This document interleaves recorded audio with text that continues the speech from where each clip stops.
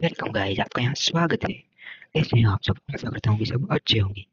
तो आज हम एक टॉपिक लेके आए हैं जिसका नाम है डेटा स्ट्रक्चर। क्योंकि जब जब डेटा स्ट्रक्चर की बात आती है कि जब जब डेटा स्ट्रक्चर की बात आती है तब तब हमें ऐसा कुछ कुछ याद आता है। अगर याद आता है तो अच्छी बात है, अगर नहीं आता तो बहुत अच्छी बात है। तो आज हम एक बेहतरीन, लेकिन बेहतरीन तो नहीं, लेकिन उसका एक छोटा सा टच पॉइंट जरूर देखेंगे जिसका नाम है स्टैक और क्यू। अब ये क्या वैसी बला है?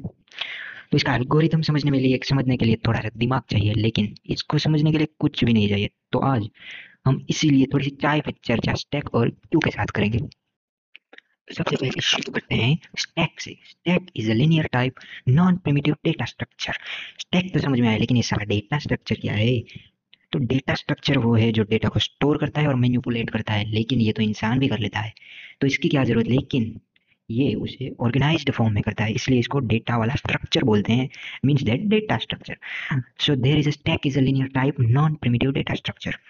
अब ये लीनियर का है, उसको क्या बोले हम?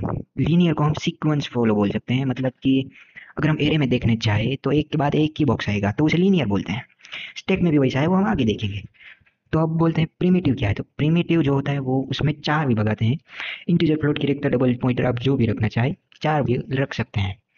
तो हम दो तीन की बात करते हैं। अगर हमने इंटीजर वाली कोई भी वैल्यू ली तो उसमें हम कुछ भी वैल्यू स्टोर करते हैं, उसमें तो कोई लिमिटेशन नहीं होती।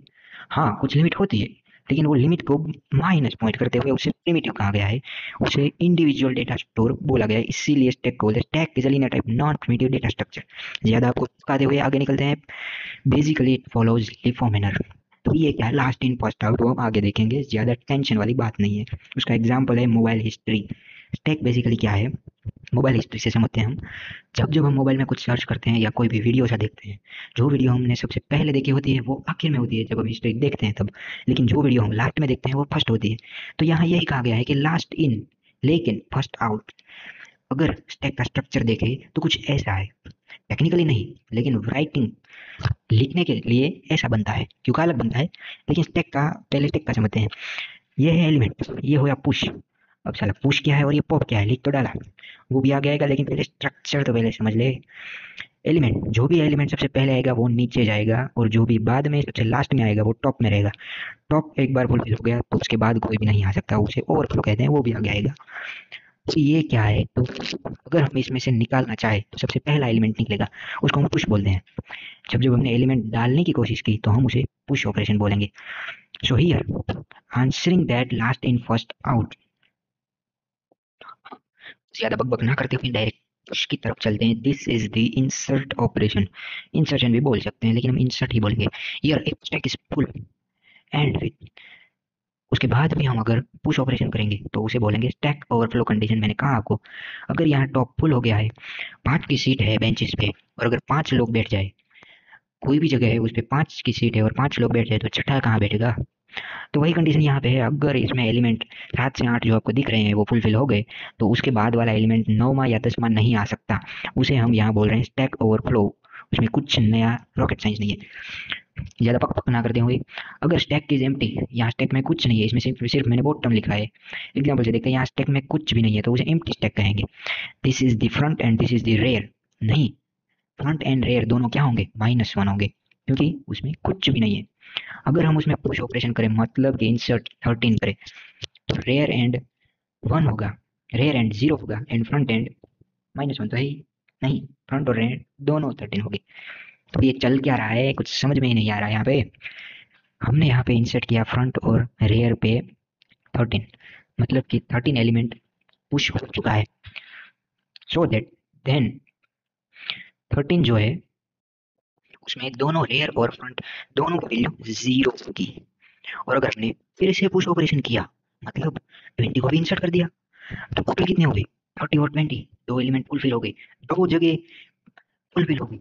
बची कितनी? 3 जगह बची। पुश करते गए, यहाँ पे फ्रंट की वैल्यू 0 ही रहेगी, लेकिन रेयर मतलब कि एंड वाली वैल्यू इंक्रीमेंट हो रही है। मतलब कि रेयर, एक टाइम ऐसा आएगा कि रेयर अपने हाईएस्ट पॉइंट पे होगा, और उसके बावजूद अगर हम पुश ऑपरेशन करेंगे तो ये कंडीशन फुलफिल होंगी कि उस बोला का नाम है स्टैक ओवरफ्लो कंडीशन। उसके जैसा ही पॉप ऑपरेशन है जो मैंने आपको उसके साथ ही समझा दिया, लेकिन यहाँ पे प्रैक्टिकली देखते हैं। अगर 14 जो है उसे हम निकाल दें तो उसे पॉप ऑपरेशन कहेंगे। वैसे ही निकालते निकालते निकालते निकालते रेयर एक टाइम था कि जहाँ वो टॉप पे था, उसकी बॉल बाला थी। एक टाइम ऐसा आता है कि उसकी वैल्यू -1 हो जाती है। यहाँ 0 है, यहाँ 1 है, यहाँ 2 है, ऐसे ही चलती जाती है, उसे पॉप ऑपरेशन कहेंगे। और यहाँ यहाँ पे हम देख सकते हैं कि अगर हाँ, स्टैक स्टैक में कुछ भी नहीं है उसके बावजूद हम पॉप ऑपरेशन परफॉर्म करेंगे तो उसे कहेंगे स्टैक अंडरफ्लो कंडीशन, क्योंकि यहाँ पे रेयर और फ्रंट दोनों की वैल्यू -1 है। मतलब कि स्टैक इज एम्प्टी, स्टैक खाली है, उसमें कुछ भी नहीं है। तो उसमें से निकालोगे क्या? बर्तन में कुछ खाना रखा ही नहीं है तो उसमें से खाओगे क्या? वाह भाई वाह। तो ऐसा ही कुछ नया आता है क्यू के। क्यू हम किसे बोलेंगे? क्यू भी linear type non primitive data structure, मतलब कि वो उसका भाई नहीं है लेकिन उसके पड़ोस में रहता है। यहाँ भी ऐसा ही होगा, linear sequence follow on primitive, उसको ज्यादा हम नजरअंदाज नहीं करेंगे। ये फॉलो करता है फिफो मैनर, मतलब कि फर्स्ट इन फर्स्ट आउट। आपको सवाल होता होगा शायद कि ये फिफो क्या है? उसमें तो समझे थे कि लिपो है, लेकिन ये फिफो क्या है? टेंशन, मतलब उसमें सोचने वाली कुछ बात ही नहीं है। मैंने आपको पहले ही बताया इसमें दिमाग की जरूरत ही नहीं है। आगे आएंगे तो हम देखेंगे। लाइन ऑफ पीपल उसका एग्जाम्पल है। वाह भाई वाह, लाइन ऑफ पीपल उसका एग्जाम्पल है। जैसे कि मैंने आपको एग्जाम्पल दिया, अगर हम पिक्चर देखने गए हैं, मतलब कि अगर हम फिल्म देखने गए हैं, वहां पे टिकट 15 है लेकिन लोग 20 है, तो क्या होगा? टिकट तो कम होगी ना। तो वही उसका एक यहाँ एग्जाम्पल है। तो आगे देखते हैं। There is a top value -1, वो तो थी ही उसमें, इसमें कोई बड़ी बात नहीं। लेकिन हाँ, ये देखने वाली बात है, अगर यहाँ पे फ्रंट में -1 होगा तो रेयर में कुछ भी नहीं होगा। ये पॉसिबल ही नहीं है। ये सिर्फ दिखाने के लिए है, आपको ज्यादा इसमें दिमाग चलाने वाली बात नहीं है। ये साला उसके टाइप गए, अभी मजा आएगा। स्टेक में तो कुछ भी नहीं था, आते ही खत्म हो गया। इसमें 4 टाइप है मित्रों: simple Q, circular queue, double ended queue, priority queue. अब बोले ये क्या है? एकदम था कि 4 आ गए। यहाँ पर भी 2 ऑपरेशन होंगे, इंसर्शन एंड डिलीशन। इंसर्शन को हम क्या बोलेंगे? इन क्यू, मतलब कि उसमें वैल्यू डालना। इन मतलब कि अंदर डालना। डी क्यू मतलब कि बाहर निकालना। डी क्यू एलिमेंट को बाहर निकाल दिया, कुछ बड़ी बात नहीं है। चलो थोड़ा सा चर्चा कर लें। और यहाँ पे एलिमेंट कुछ नहीं है, मतलब कि स्टैक के जैसा ही है। मतलब कि फ्रंट और रेयर की वैल्यू होगी -1, क्योंकि इसमें तो कुछ है ही नहीं। अब अगर दोनों की वैल्यू 0 है, कब 0 होगी? तो कि कुछ एलिमेंट आ गया। इंडेक्स कहाँ से शुरू हो रही है? 0 से। इसीलिए तो इसको लीनियर बोलते हैं, 0 से ये शुरू हो रही है।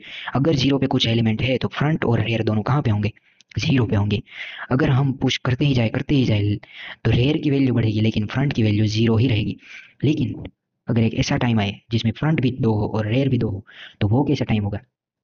कि जिसमें हमने ये दोनों ऑपरेशन पॉप कर दिए हो, 0 इंडेक्स और 1 इंडेक्स में जो 100 और 200 था, उन दोनों को हमने अगर पॉप कर दिया है तो ये कंडीशन बन सकती है। यहाँ आपको शायद क्वेश्चन होता होगा कि साला सिंपल क्यों है तो सर्कुलर क्यों की क्या जरूरत? यही प्रश्न को, हाँ, तो सॉल्यूशन ये है कि सर्कुलर क्यों की क्यों किसी को जरूरत पड़ी? क्योंकि सिंपल क्यू में अगर हम ऐसी कोई कंडीशन आ जाए, फ्रंट जहाँ पे फ्रंट और रेयर दोनों की वैल्यू 2 है, मतलब कि फ्रंट और रेयर दोनों 300 या फिर कोई भी एलिमेंट वहां हम ले सकते हैं। और अगर बाकी के एलिमेंट में, अगर फ्रंट में 300 है और रेयर एंड में लास्ट विथ इंडेक्स 6 और 7, जो भी आप ले, लास्ट एलिमेंट फुलफिल है, लेकिन अगली इंडेक्स 0 1 2 जो भी ले ले आप, वो अगर खाली है, तो यहाँ पे क्या होगा? सिंपल क्यू आपको पुश ऑपरेशन नहीं करने देगा, क्योंकि ये उसकी लिमिटेशन है। इसलिए नए क्यू का निर्माण हुआ है कि सर्कुलर क्यू। वो क्या करता है? 0 with index 6 with index circular shape में होता है, इसलिए इसमें पुश और पॉप ऑपरेशन कहीं से भी कर सकते हैं। सिंपल है, उसमें कुछ खास रॉकेट साइंस नहीं है। Double ended Q, next Q की बात करते हैं। डबल इंडेड क्यू मतलब कि सिंपल क्यू का एडवांस वर्जन भी कह सकते हैं। सिंपल क्यू में क्या था कि हम insertion and deletion operation only one side कर सकते थे, और यहाँ पे है both side insertion and deletion operation.